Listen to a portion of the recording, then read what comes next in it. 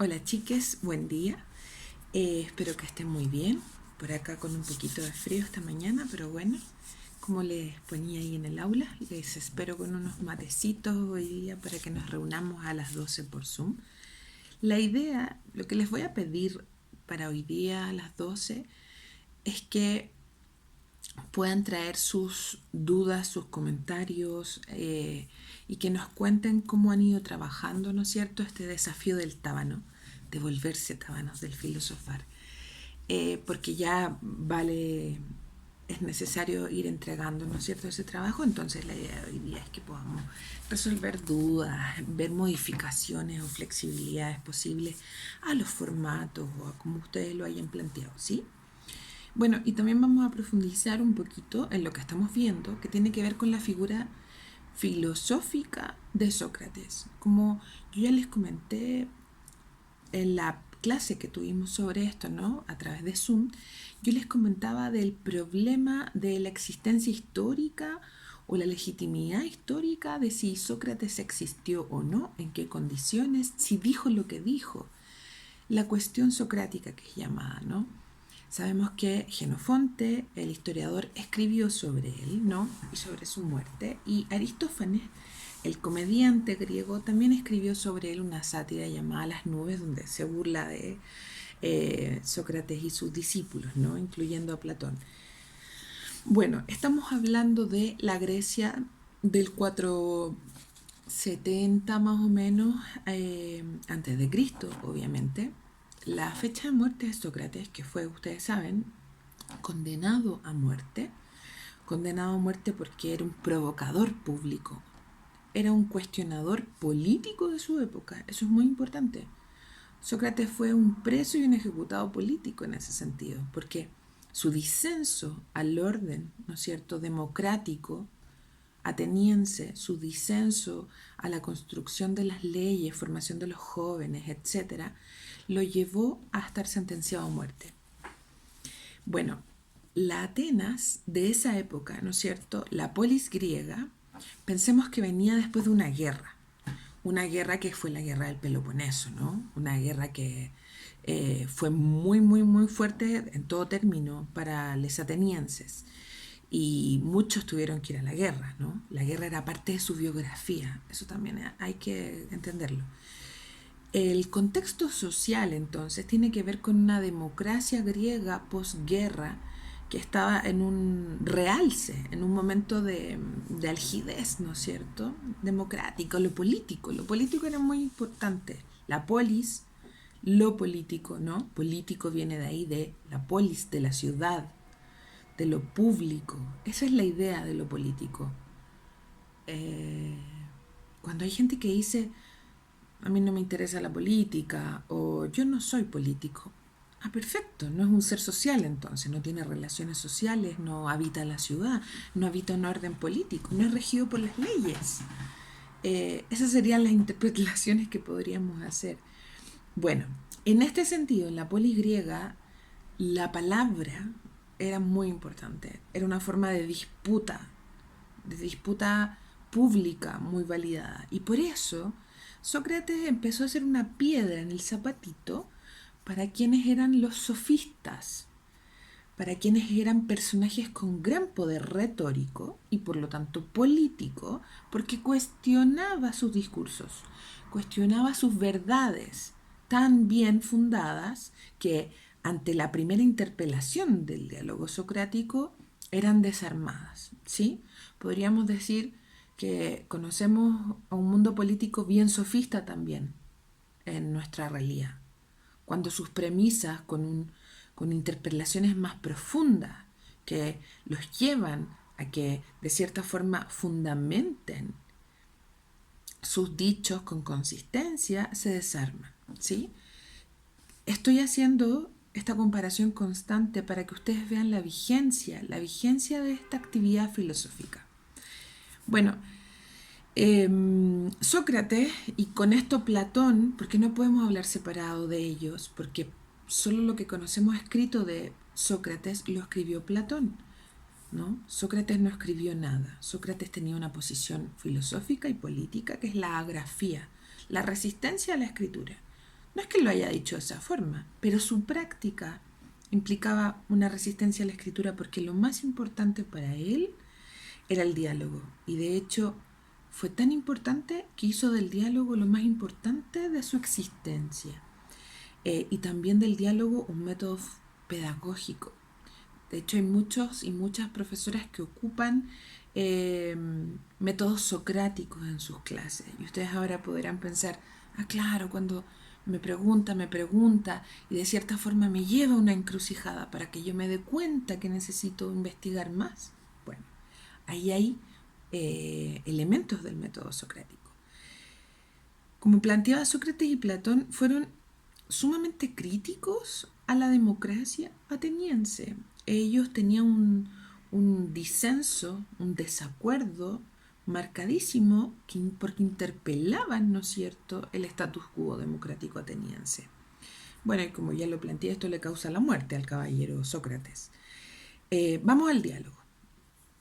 El diálogo, lo más importante es que es un entrecruce, ¿no es cierto?, un tejido, qué bonito, un tejido de un preguntar y un responder, un preguntar y un responder, un preguntar y un responder que van armando una forma de acercarse a una verdad argumentada, a una verdad más sostenible, una verdad compartida.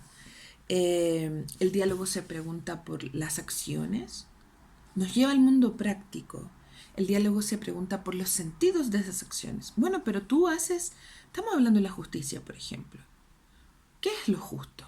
El diálogo parte por la pregunta también de la definición, ¿no? ¿Qué es lo justo? Bueno, cuando tú haces esto, ¿tú crees que es justo? Lo llevo al acto. Ya, perfecto. Cuando tú negocias en la feria, ¿tú crees que es justo? Sí, es justo, argumento, y voy al sentido entonces de ese acto. ¿Qué estás buscando? ¿Cuál es la finalidad de ese acto? ¿No? La idea es que aquello nos lleve a problematizar la justicia, pero en nuestras acciones, ¿no? El diálogo discute ideas, nos tensiona a que definamos la realidad, ¿no es cierto? Y busca desarmar los argumentos de otros. Pero ojo, no es para desarmar como cinismo, humillación o soberbia. No, es un desarme que tiene que ver con que juntos encontremos lo común en torno a eso que nosotros, por ejemplo, llamamos justicia. Dice el maestro Humberto Giannini, el diálogo te llama a no adormecerte en la tibieza, en la comodidad, diría yo también, de fáciles conclusiones. Nosotros sabemos que hay cosas que de repente nos quedamos dormidos en la fácil conclusión sin tener muchos fundamentos para sostenerla. El diálogo justamente llama a eso, cuestionar nuestras certezas, nuestras impresiones que sabemos que son un tanto contradictorias. Esas falsas seguridades, ¿no es cierto? Los prejuicios que cargan nuestras ideas. En ese sentido, nuevamente cito a Humberto Giannini, filósofo chileno que murió hace unos años y me hace mucha falta. El diálogo es la transgresión de un modo irreflexivo de vida, de un modo irreflexivo de ser. El diálogo es la suspensión, dice él, irreflexiva de la cotidianidad, es la suspensión reflexiva. Él dice un alto en el modo de vivir. ¡Guau! Congelado. No congelado, sino activo. Pero la idea es que un paréntesis donde dejamos de vivir esta vida que pasa, que nos pasa la vida, ¿no? Y decimos, reflexionemos sobre esta vida que estamos viviendo. Entonces, es una suspensión reflexiva de un modo irreflexivo de vivir, que ya hace 400 años antes de Cristo, los filósofos griegos dijeron, oye, estamos viviendo una vida irreflexiva, estamos viviendo una vida con pocos sustentos compartidos. Y eso tiene que ver directamente también con la vida política que vivimos. Sócrates dialogaba en lo público, en el espacio público, pero además sobre lo público, sobre lo que nos hace vivir en comunidad, sobre lo que nos tensiona como comunidad. Eso es político. lo público es político, pero Simone de Beauvoir dijo, lo privado también es político. Y se pone más interesante la cosa, ¿no? Bueno, en este ir preguntando, ¿no es cierto?, y develando contradicciones, juicios poco fundamentados, eh, este proceso, este examen crítico de validez de mis opiniones, se ha llamado también un proceso irónico, ¿no es cierto?, que tiene que ver con que Sócrates simula, ironía como simulación, ¿no? Simula no entender, no saber, pero es para ir tirando este hilo, ¿no es cierto?, y llegar hasta el reconocimiento de ignorancia de su interlocutor. Hasta ese momento que dices, ya Sócrates, ¿sabes qué? En realidad no sé. Pensemos juntos. Y ahí Giannini dice algo que para mí es clave, chiquillas, que dice, el diálogo solo es posible cuando hay conciencia hospitalaria de las ideas. ¿Qué significa eso? Que yo estoy dispuesta a entender que mis ideas son huéspedes en mi conciencia, y que en cualquier momento pueden querer ir o tengo que aceptar dejarlas ir.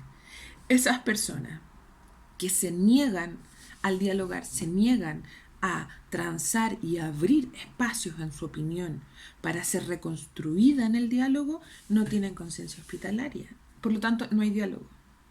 Ojo con eso. Si ustedes no quieren dejar ir una idea, entonces no están dialogando legítimamente.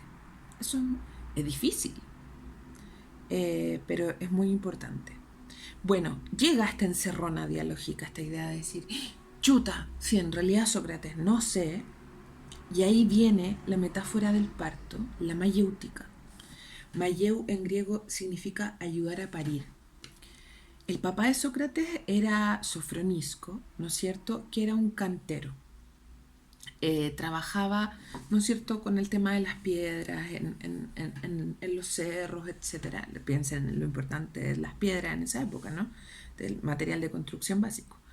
Y su madre era partera. Quiere decir que era como las dulas actualmente, ¿no? Las matronas, ayuda a parir a las mujeres. Entonces Sócrates, creo yo, haciendo también un homenaje a la labor de su madre, dice, lo que yo hago en el diálogo es un proceso mayéutico. Lo que estamos haciendo es ayudar a parir ideas más claras, ideas más verdaderas sobre una temática que estamos trabajando. Ahora, la metáfora del parto implica que sin duda no hay parto sin ningún tipo de dolor, sin ningún tipo de molestia. Ya lo digo yo, que tuve un parto muy doloroso.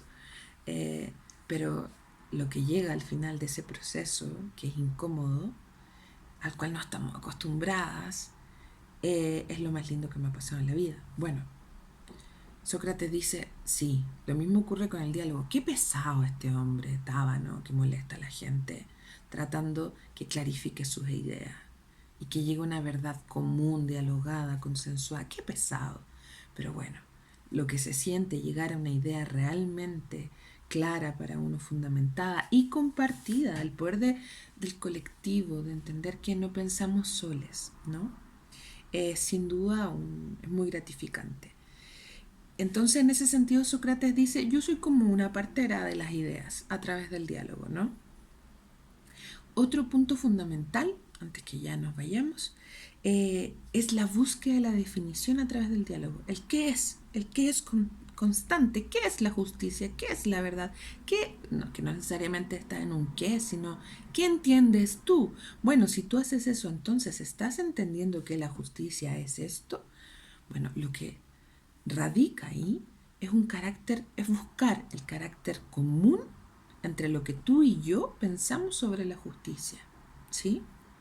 Vamos a ir avanzando hacia ese común, el reconocer ese común en algo que tiene que ver con la teoría de las ideas platónicas. Para allá vamos, ese es nuestro destino final, ¿sí?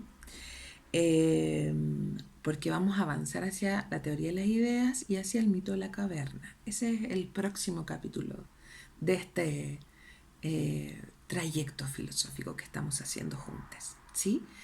En este videito, simple, pero hay muchos elementos para que ustedes fortalezcan y revisen su trabajo del tábano, ¿sí? Ojo con eso. Está pensado para que vayan diciendo, ¿mi trabajo hace esto? ¿Mi trabajo cumple con estas condiciones del diálogo? ¿Vale? Nos vemos hoy día a las 12. Un abrazo.